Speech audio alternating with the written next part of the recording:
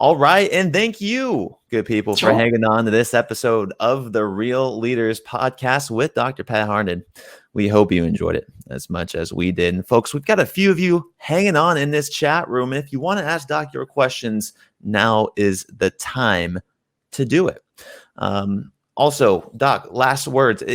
Well, not last words. Where can people find more information about ECI in your role? It's very simple. Our website is www.ethics.org. Pretty easy to remember. Easy to remember, straightforward, folks. And so while we're waiting for some questions to come in, and please don't be shy, people. I'm interested to kind of learn and go deeper maybe into this remote/global company that seems to be a big trend. People are hiring from all around the world now. Hiring is changing. What are you expressing to talent and acquisition folks when it comes to establishing the values straight up within the organization across the world? Well, I think especially in this remote environment, the big challenge, the challenges are the same. You still want to recruit folks who have a shared sense of values. They're going to be committed to what the company stands for. The challenge is helping people feel connected to each other in a sense of culture. And also, and I think this is something that a lot of companies are spending time on now. It's a lot easier for us to communicate our code, our values, our standards, what happens when you report, when we're all working in workplaces and we have predictable ways of knowing where people are going to be. But the game has changed now. So now we're having to figure out, how do we make our values visible to people when they're patching in from their kitchens or their dining room tables? And how do we help people feel connected in a way that they feel connected to the culture? Because Zoom meetings, as much as we're now used to them, we don't do as much of the chit chat beforehand or the checking in with each other. And some of the informal ways we related to each other are a lot harder to come by. So if you're bringing in a new employee, the challenge is to help them learn how things are done, learn what the culture is, and feel like they're connecting with each other. That's an interesting point. And like, if you're on a Zoom call with somebody like that, what are some of the things you miss from a leadership perspective? Like, for instance, you're just not picking up on the human aspect of being in that room, the body language that's maybe for happening when you're concentrating on one person. What are some things from a leadership perspective that you would try to help emphasize? Some of the things that I've noticed in all different kinds of meetings, companies I've patched into, my own organization, or heard others talking about this. I mean, for some people, Zoom calls are great because you get to patch in and you get your opportunity. You're all seeing everybody. For others that are in the workplaces, it's their worst nightmare because most people are visible to each other. They don't speak up as much. And it's actually harder sometimes to engage people in a conversation on a Zoom call because sometimes technology gets in the way. But I think the other huge challenge as a leader is when you have people in remote meetings and some turn their cameras off, or they're doing other stuff, or they're chatting in the background with their friends because suddenly they're smiling and you don't know what they're talking about. There's a lot of things that just wouldn't happen if we were all sitting together in a conference room that happens when we're on Zoom or whatever your platform is for your meetings. And so what I think it's forcing leaders to do is to actually be more courageous and just ask people, how are you doing?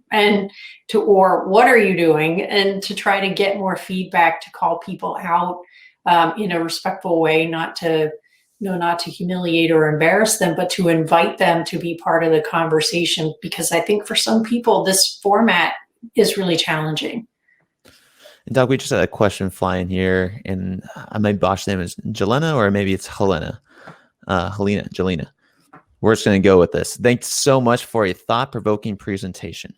Could you please list for us all the questions you would focus on when surveying an organization's culture? You mentioned a couple of questions, but it would be great to hear more. Many thanks. Yelena. There we go. Yelena. Hopefully you're saying it right. Great question. Great name. Like 7 names until I got it right. I like the name. It's a very good question. So our culture surveys can get kind of lengthy, but they range from, so I'll try to share as many as I can think of off the top of my head. We'll ask people a series of questions about top managers specifically. How often do you hear them talking about the importance of ethics in the work that you do? How well do you think that they are modeling the conduct that your company has defined as ethical conduct? Do they hold people accountable when they violate the rules, especially at senior levels in the organization? We'll ask all of the same questions of people who are immediate supervisors. So employees are asked, does your supervisor talk about the importance of ethics in the work you do? Do they hold people accountable when they overstep or violate the code or violate the law? Do you feel supported by your supervisor if you come forward to report wrongdoing? Then we'll actually ask questions about, in the last year, have you observed types of behaviors that generally constitute misconduct in a lot of organizations, like conflicts of interest, financial fraud, you name it, abusive behavior, sexual harassment, discrimination. And if people say yes to those questions, we ask, did you report it? And if you reported it, did you experience retaliation? And then we'll ask, if you experienced retaliation, what did that look like? And that tells you an awful lot, not only about what kind of problems are happening in your workplace, but the two drivers of culture that I mentioned, top management, the tone coming from the top, and the way it's getting interpreted and carried out by supervisors. You get a very good sense of, where do we have places in our organization where we have some work to do? And you can literally map an organization. And this becomes very powerful if you ever have to make the case to senior leaders. If you do a survey like this, you can actually look at the places in your organization where there are higher levels of misconduct, higher levels of retaliation, and also see that people's perceptions of their top management, their perceptions of their supervisor are lower. So it helps you to quantify, this is why we have to care about this stuff. This is why we're integrating ethical conduct into our performance reviews. You can start to take steps to hold leaders accountable for their role in driving a strong culture. So those are, I think, probably the biggest of the questions. Very interesting. I think you answered your question very well. There was something that I was interested in. I didn't really want to ask it because it falls on the lines of stereotyping as well. And I'm just going to, but it's as a whole. So it's an industry. It's tech. I'm thinking about tech right now. The way I'm thinking about tech is algorithms. You have to be open to the interpretation of hard data, of what data is going wrong, what is going right, and feedback loops and cycles. It's that mindset and culture you're building of accepting the data and making changes, refining those the problems within those algorithms. Have you found that within big tech? Have you found that within maybe some of the more techie cultures, that they are more open to wrong feedback or feedback that doesn't suit them well? I don't know that I can't speak to personal experience having been directly involved in a lot of these tech companies. I mean, certainly I know folks who are involved in ethics and compliance and some of those functions. And I on the one hand, the use of data to try to understand what's really happening, data being telling you yes or no, what do we know, what do we not know, does it bear out in the data? I think that's happening everywhere in a lot of companies. In fact, even in the ethics and compliance industry, we're about human beings and standards and integrity and compliance.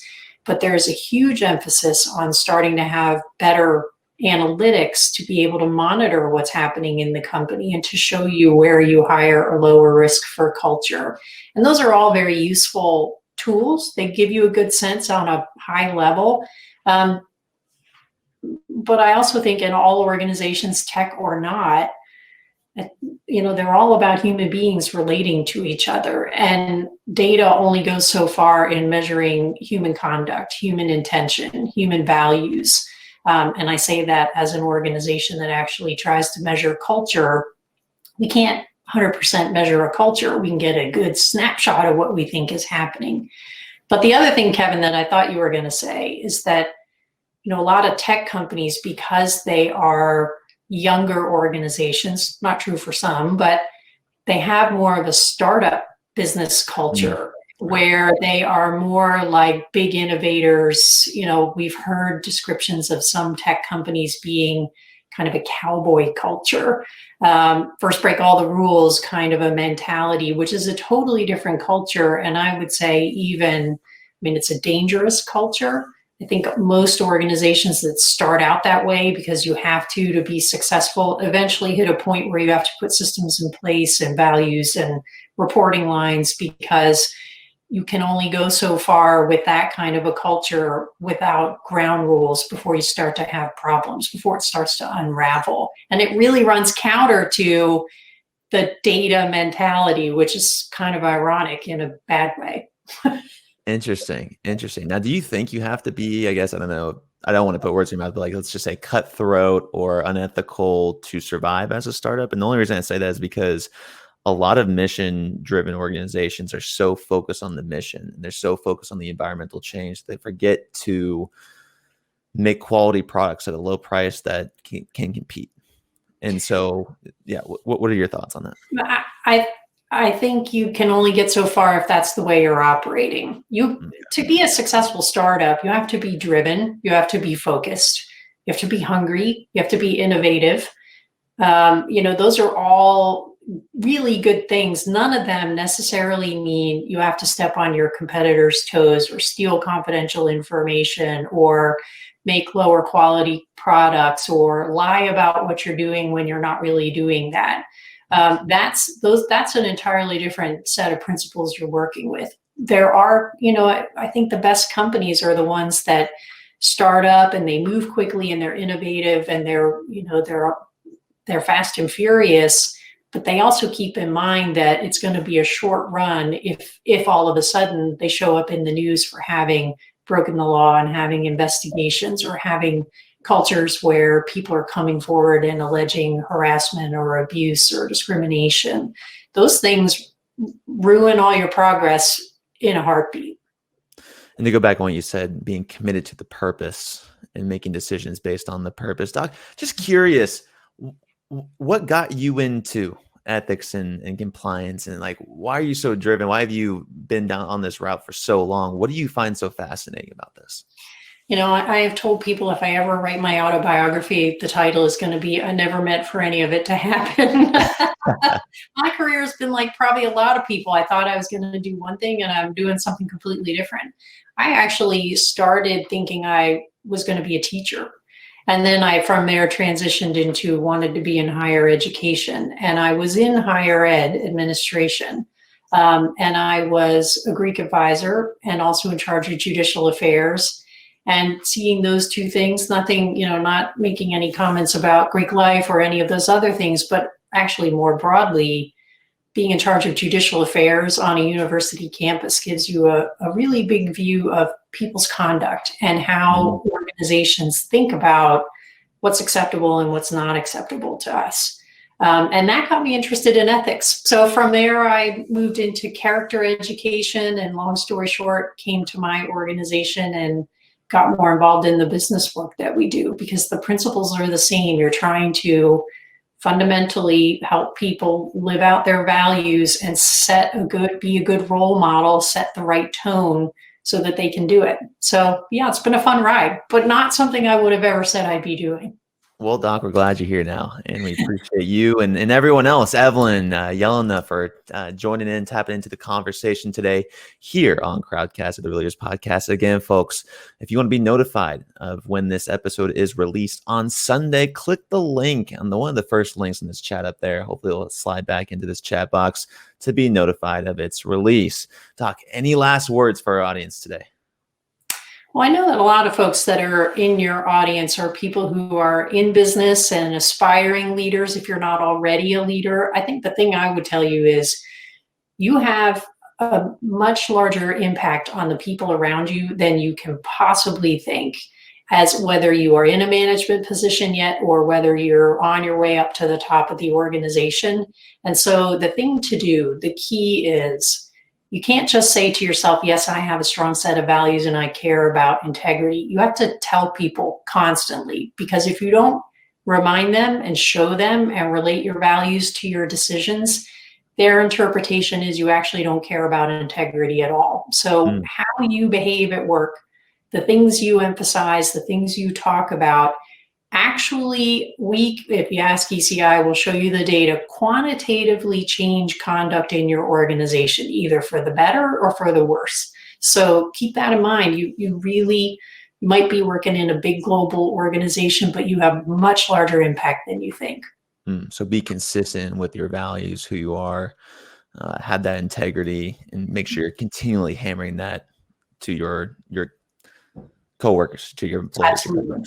Yep. Every day, all the time. It has to be like a PR campaign. Love it. Interesting. Learned so much today, Doc. Thank you. Appreciate your time here on the Real Leaders Podcast.